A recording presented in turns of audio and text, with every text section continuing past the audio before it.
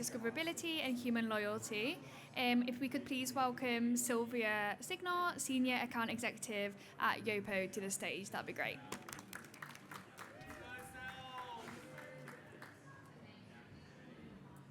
Hi everyone, thanks for bearing with the technical difficulties and thanks for coming to a session on the last day of a conference. I know that's always a tricky slot. And you guys have probably been to about 10 talks about AI in the last couple of days, so I'll try to keep this one interesting.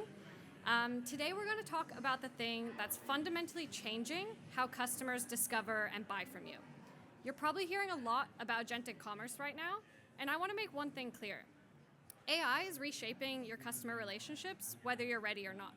But the brands that are preparing today for this shift will not just survive it, but dominate. My name is Silvia. I'm an account executive at Yotpo, specializing in AEO. Over the next 30 minutes, I'll walk you through what this shift means for your brand, what you can do about it starting this week. We'll basically cover how AI decides which products to recommend, what you need to fix on your site, and then why none of that matters if you don't also invest in the human side of loyalty. Okay, making sure the clicker works. The way that shoppers are searching and buying products has drastically changed. And it's not just down to new technology that's available, it's representative of a completely different shift in mindset. And if you think about it, it makes sense. Customers are pickier than ever, but they're also way more conscious of where their money goes. That means they need a lot more confidence before actually making a purchase. And AI can be a fantastic tool in helping them get that confidence, basically saving them time by building a really tailored shortlist to their specific use case.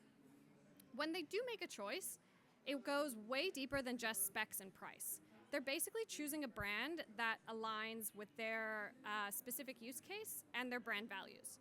So AI can be a great tool to help, but ultimately the choice is theirs alone to make.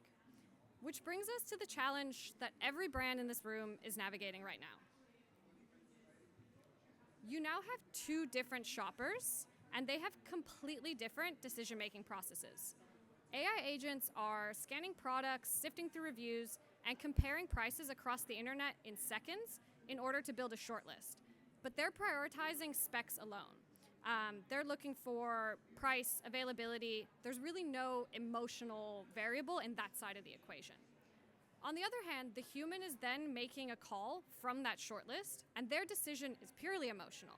They're making a decision based on how your brand aligns with their specific use case and their brand values. So here's what that means. If the agent doesn't put you on the shortlist, the human never gets the chance to choose you. But if you win the shortlist and lose the human, you're not going to get that customer to come back. So you need to win both, and winning each of them requires a really distinct strategy. So to win in this next era of e-commerce, brands need to make sure that their data is agent ready, but they also need to build a loyalty program that turns their customers into repeat buyers and advocates. We'll help you understand how to optimize for both, but let's first start with the agents. I don't need to tell you guys, people like using ChatGPT. They get over 5.8 billion visits a month and 900 million weekly active users. Just for a little bit of perspective, it took the internet 20 years to reach 400 million active users, and ChatGPT went from 400 million to 900 million in 12 months. It's the most visited website in the planet. Again, I don't need to tell you guys that. But the thing is, they're not just passive users. They're coming to these tools and asking buying questions at a scale we've never seen before, nor did we necessarily predict. And why should you as a brand be paying attention to this? Traffic that comes through these channels converts 30% higher than traditional organic search. And that's due to the fact that these visitors arrive primed off of a recommendation. So when they get to your website, they're ready to make that purchase. Let's zoom in on Australia specifically. Show of hands, who hasn't used AI to make some sort of buying or purchasing decision in the last couple of months? Okay, that roughly tracks. Research shows that 86% of Australians have already used AI in their shopping journey in the last 3 months. And that's 10 points above the global average. Hopefully that's a point of national pride for you guys. And that same research suggests that they're not just experimenting with it, they're using to find deals and get tailored recommendations, especially if it's a considered, expensive, or really personal purchase. Some of my colleagues are in the room here today, and they're probably sick and tired of hearing me talk about my wedding. But if you looked at my ChatGPT history, you'd see so many product recommendations from anything from like comfortable shoes to mascara for people who cry a lot, which is me. Traffic from these AI tools has tripled over the last year, and if that happens again, which it's expected to do, it's going to be a really meaningful part of your acquisition sources very quickly. This is a really good way to visualize the shift. The old customer journey gave you as a brand a ton of control because the touch points were your product page, your reviews, and your content. Awareness led to search, led to your PDP, led to them hopefully reading some of your reviews and hopefully making a purchase. So you had a ton of opportunities to influence the decision at every single stage. In the new AI journey, AI does pretty much all of that work before the shopper ever reaches you. It's researching, comparing, and recommending. If you're not in that recommendation, you've already been cut out of the consideration before the human even gets to your website. So it's no longer about ranking, it's about making sure that AI trusts you as a brand enough to recommend you. For the last 2 decades, the playbook has pretty much been the same. Get found on Google, get people to your product page, and convert them. That playbook is breaking down, not because brands are doing anything wrong, but because the infrastructure underneath has fundamentally shifted. A year ago, the only important thing in search was making sure that you were ranking on page 1 of Google. But people are searching in completely different ways. Think about how you looked something up 6 months ago versus today. We're not just typing in bridal heels, we're typing in comfortable bridal heels under 5 centimeters that won't make me taller than my short king fiance. And we're expecting a very specific recommendation off of that. These are all true ChatGPT searches of mine. And it's not just new AI platforms that are pulling attention away. Google itself is changing. 40% of Google searches have AI answers, which are great, but when an AI overview appears at the top of results, click-through rates for the top organic search results drop by 58%. That's massive. That means that you can rank first and still lose half of your traffic. So hopefully that feels like a challenge worth diving into for all of you. So let's get into it. We're going to break down exactly how AI engines decide which products to recommend, what signals they read on your site, and what you can start doing today to make sure you're in the conversation. Let's start by understanding how AI is actually making a recommendation. AI is not browsing your website the same way a human does, right? It's pulling structured signals from across your digital presence and running a super rapid confidence check. It's basically trying to answer 3 key questions. Can I understand this product? Do shoppers trust it? And is the information consistent and accurate? The brands that show up in recommendations have built content infrastructure that answers all 3 of those questions very clearly. The brands that don't, even if they have fantastic products, are ultimately invisible. But it's not just looking at your website when running this confidence check. It's basically triangulating truth from 3 key sources. Firstly, it's asking, what does the brand say about themselves? So this is everything on your website. This is your stock levels, your specs, your prices, and your schema markup. But ultimately, it's not just going to trust you, right? So then it's going to turn to some expert validation. So that's looking at what are authorities saying about you. That's your media coverage, expert reviews, and industry recognition. All of that is to establish credibility. But the thing it cares about the most, ultimately, is what are customers saying about you? So that's looking at your reviews, your Reddit discussions, and any form of social proof online, because that confirms real-world performance. When all 3 sources align, AI has a really high degree of confidence. However, if they conflict or if data is missing entirely, you're going to get deprioritized. So now that you know how AI reads and evaluates your site, let's talk about what you can actually do about it. We're going to go through 5 on-site fundamentals that you can hopefully start working on as soon as you guys get back to your laptops today. With each section, I'll have some quick checks that you can do kind of as a bit of a self-audit. So I'll pause on that slide for a second to make sure if you want to take a picture. So step one is making sure that AI can actually read and understand your website. So this means your data needs to be machine readable and API accessible. Agents aren't browsing your site the way that a human would, right? They're querying structured data. So if your content is either buried in JavaScript or hidden behind login walls, or it's just not properly marked up, it simply won't be evaluated. There's an additional layer worth thinking about that I think a lot of brands aren't discussing quite yet. Once your site is readable, make sure your agents have context on your loyalty program. So for example, agents need to know, does this customer have points? What VIP tier are they in? If the data isn't exposed through structured feeds or APIs, your loyalty program just basically doesn't exist in an agent's world. And here's why that matters. Think about it. If an agent is comparing two products at a relatively similar price point, but they can see from brand A, this customer has 2,000 points that are ready to redeem on this product, or their VIP tier means that they have free shipping, which one do you think they're going to recommend? So the brands that are optimizing for this today have a really significant head start. Here's a bit of a quick check you can do to make sure that agents can read your site. I'll pause for a sec if you guys want to take a picture.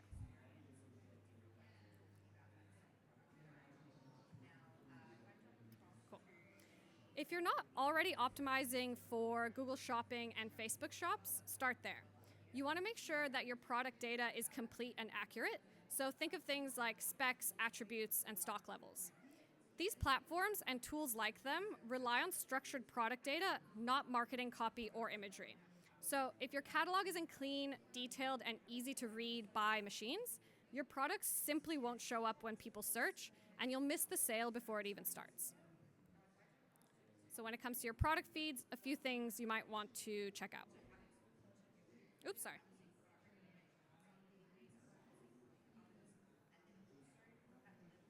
Sorry, a couple slides behind there.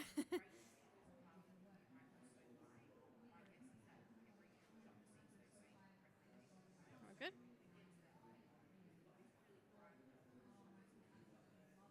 Am I on it? Does my slide say structure your specs? No, I'm behind. Sorry, guys. There we go. Here's an often overlooked one. Product specs typically live within the world of marketing copy, but agents don't know what to do with lightweight and responsive when they're looking at a running shoe, right? But they do know what to do with this shoe weighs 280 grams and has neutral cushioning. And this is fundamentally different from SEO. With SEO, poor optimization means you rank on page 3 instead of page 1. With agent discovery, poor data structure means you're not evaluated at all. So if your product didn't make it into that initial response because your specs were buried in paragraph copy instead of structured fields, you were never in the running, pun intended. As we discussed, shoppers are also changing how they search. So instead of typing short keywords, they describe exactly what they want in detail. For example, what's the best neutral running shoe for a beginner marathon runner under $180? So for AI to match your product to a question like that, it needs very clear attributes to be able to evaluate. Hopefully on the right one. A few things to check when it comes to your product specs.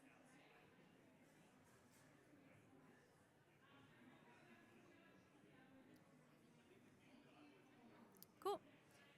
This one goes without saying, and it's pretty much part of good SEO strategy anyways, but it is still worth mentioning that it is important. Obviously, AI is going to prioritize a faster loading product feed, but your inventory data needs to be accurate too.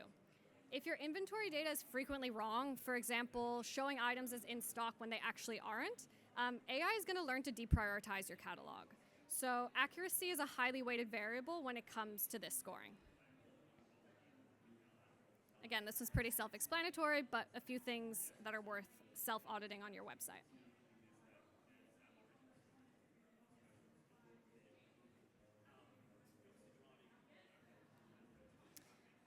Cool. And finally, let's talk about influencing what I mentioned that AI really cares about the most, and that's customer feedback.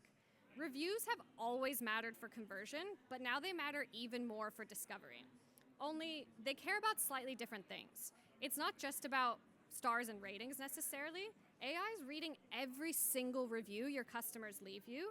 So now's the time to optimize for high quality reviews with very specific detail that lets AI match your product to a real shopper asking a real question. So think about it. A customer who says, I have rosacea and this moisturizer didn't break me out after a year of daily use is worth infinitely more to AI than 10 shoppers who said, I love this moisturizer. That specific language is what AI is going to use to match your product queries with match your product to queries like best moisturizer for sensitive skin that won't cause breakouts. So we're now in a stage where vague comments and vague reviews are not going to cut it anymore. So what makes a good review? Specificity, repetition, and recency, and preferably a high quantity of them as well. And you can influence review quality by switching up your prompts. So rather than asking, how was your experience? Think about asking, what problem were you trying to solve and how did this product help you? You can do this a number of different ways. You can do this with AI smart prompts in Yotpo, and you can also increase review quantity by leveraging things like in-mail capture, follow-up review requests, and also don't forget about rewarding your loyalty members when they do leave a review. I know you're probably thinking there's a lot of things that AI cares about that you don't have control over, but everything I've just taken you through is within your control. This one is one that you have a lot of direct influence in shaping, which I think makes it worth treating as a defined strategy rather than just an afterthought. So finally, a few little audits you can do with your current review collection strategy.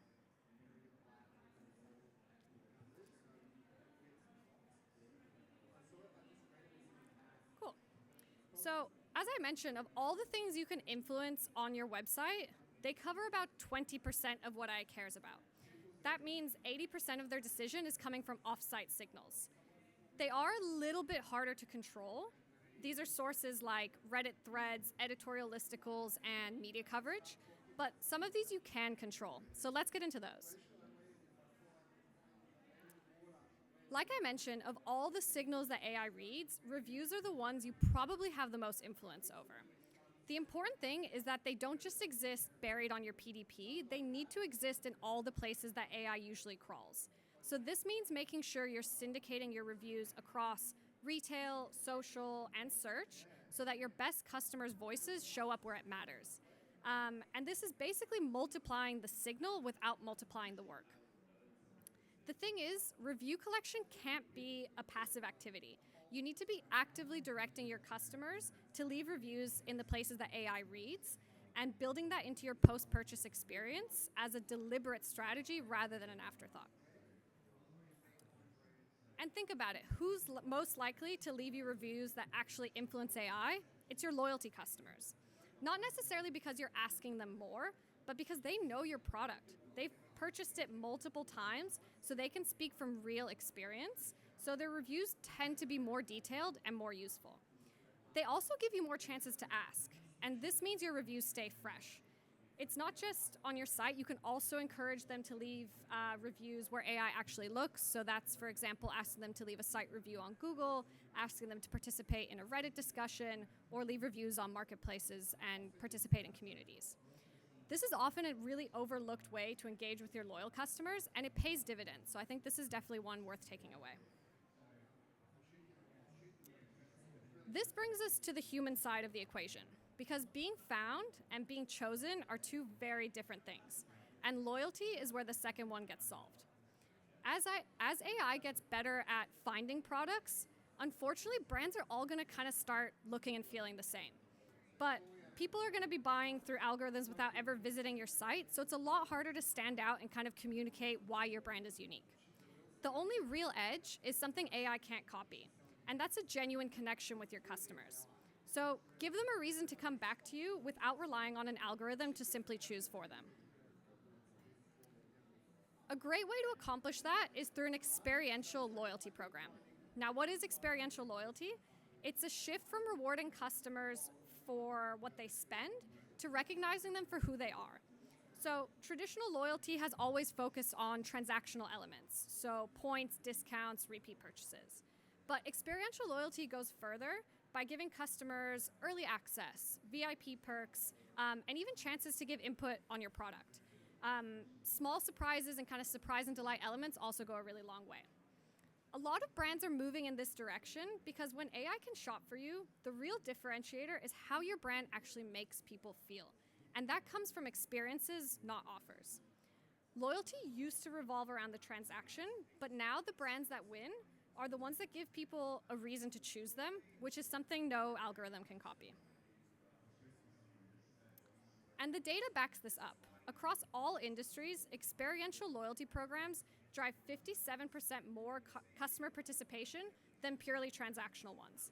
And in specific verticals such as animal and pets, apparel, health and beauty, and home and garden, the gaps are even wider. And here's how you can sell the value of this internally. Experiential loyalty programs have a 57% higher participation rate than transactional ones, and customers who actually engage with experiential perks spend 14% more per order. So they're not just more loyal, they're more valuable to you as a brand. Investing in the human side of loyalty sometimes kind of feels like feel-good brand building, but it's not. It directly impacts revenue and retention in a way that drastically compounds over time. Yotpo works with over 30,000 brands, so we have a pretty good sense of what the brands that are doing really well in this area are doing to really set the bar for experiential loyalty. I'll take you through 5 guiding principles that are consistent in all the top performing loyalty programs that we see. To build a program that has really strong influence, it ultimately has to be aligned with what customers actually want out of your program. I know it sounds so simple, but the best way to do this is just to ask. Pace Athletic did exactly that. They surveyed their loyalty members to get a sense on what they wanted out of the loyalty program and how they could evolve it to make it even more relevant for them. And they used that feedback to shape their tier structure and their rewards. They didn't stop at just the digital program, though. Pace Athletic has really built an experiential aspect to their loyalty program by showing up where their customers actually are. So this is, for example, showing up with run clubs or with local races. So they're really making sure that they're present in the non-digital touchpoints where their customers already are. So ultimately, you can see this wasn't discount focus. It's a really simple masterclass in just showing up in the right places for your customers. And obviously, it's important to pay attention to what your customers are saying, but you also need to look at what the data is showing you that they're doing to make them valuable as loyalty members. And that's a really good way to get a blueprint on how to execute this. It can also feel pretty transparent if, as a customer, I'm only getting points when I make a purchase, right? So think of other valuable behaviors that your customers might be doing that you want to reward them for. Adorn Cosmetics does this exceptionally well. They give loyalty members points for completing a personalized beauty quiz, for leaving reviews, and significantly more points if they leave a photo or a video review, which is super valuable in the beauty industry, right? Because people want to see these products on real people. Another thing they do that I think is really special is they reward customers for sending back empty packaging so the team can recycle it. And this is a fantastic way of tying their loyalty program to their sustainability commitment, and again, communicating what your brand values and ethos are. Every reward is basically reinforcing who they are as a brand, not just what they sell. So when you reward engagement instead of spend alone, you build loyalty at the exact moments that AI can't reach. The more they engage, the more invested they become, and invested customers don't leave when an agent suggests a cheaper alternative.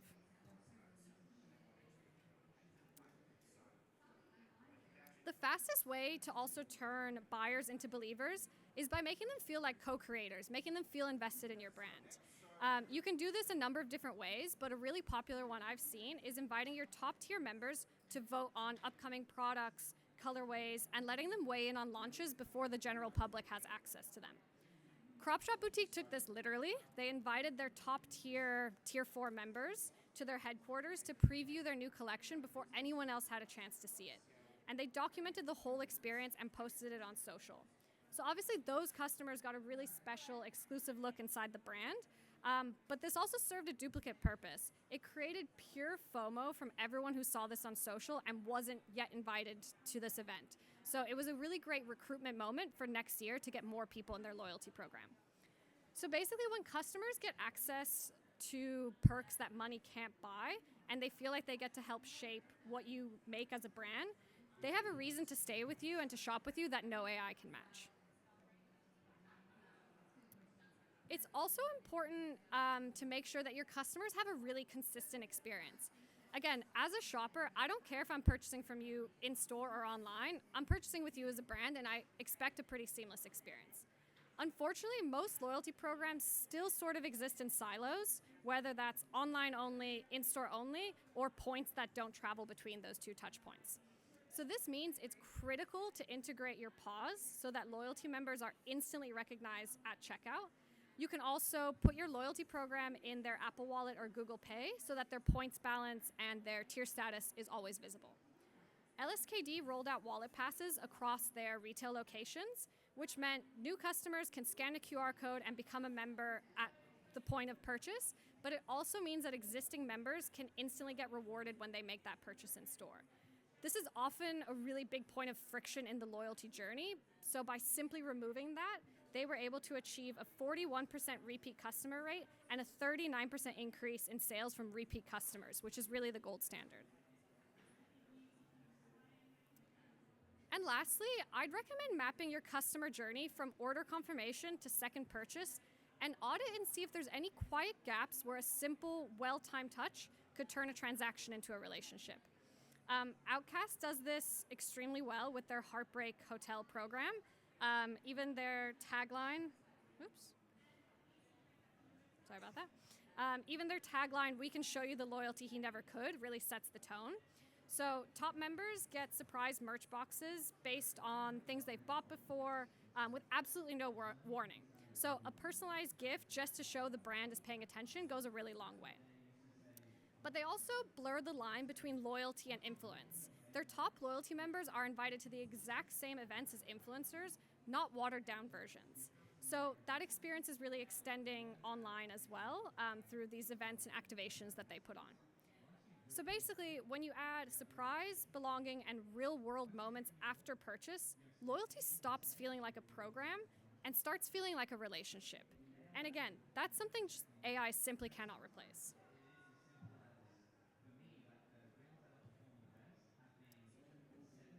If there's one concept I hope you take away from today, it's this. Getting recommended by AI is only half the battle. Because once a shopper converts, loyalty is how you keep them out of the AI discovery pool. Because think about it, repeat purchasers and loyal customers don't have to go back to AI to know what to buy next. They've built a relationship with your brand that will get them to come back time and time again. And those repeat buyers are exponentially more valuable in also helping you generate those review signals that help new customers discover you. Loyal customers buy more, which generates more reviews, which in turn create fresher AI signals, which gets discovered by new customers who convert, join your loyalty program, and the flywheel starts over again. So they're all connected. Discovery feeds retention, and retention feeds discovery. The brands that close this loop are building an advantage that compounds over time and gets harder and harder to displace. So I know we've covered a lot of topics today.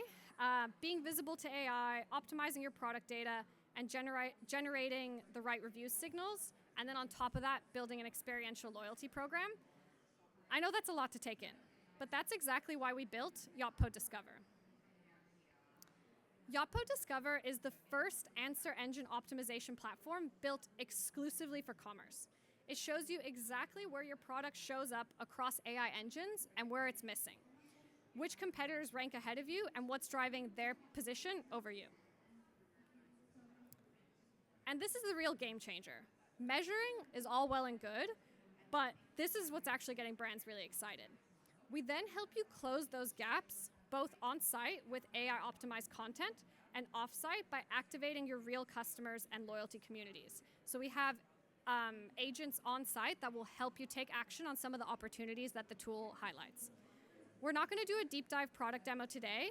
Today was more about giving you the strategic framework, But if what we've covered today resonated with you, Discover is how you start putting it into action.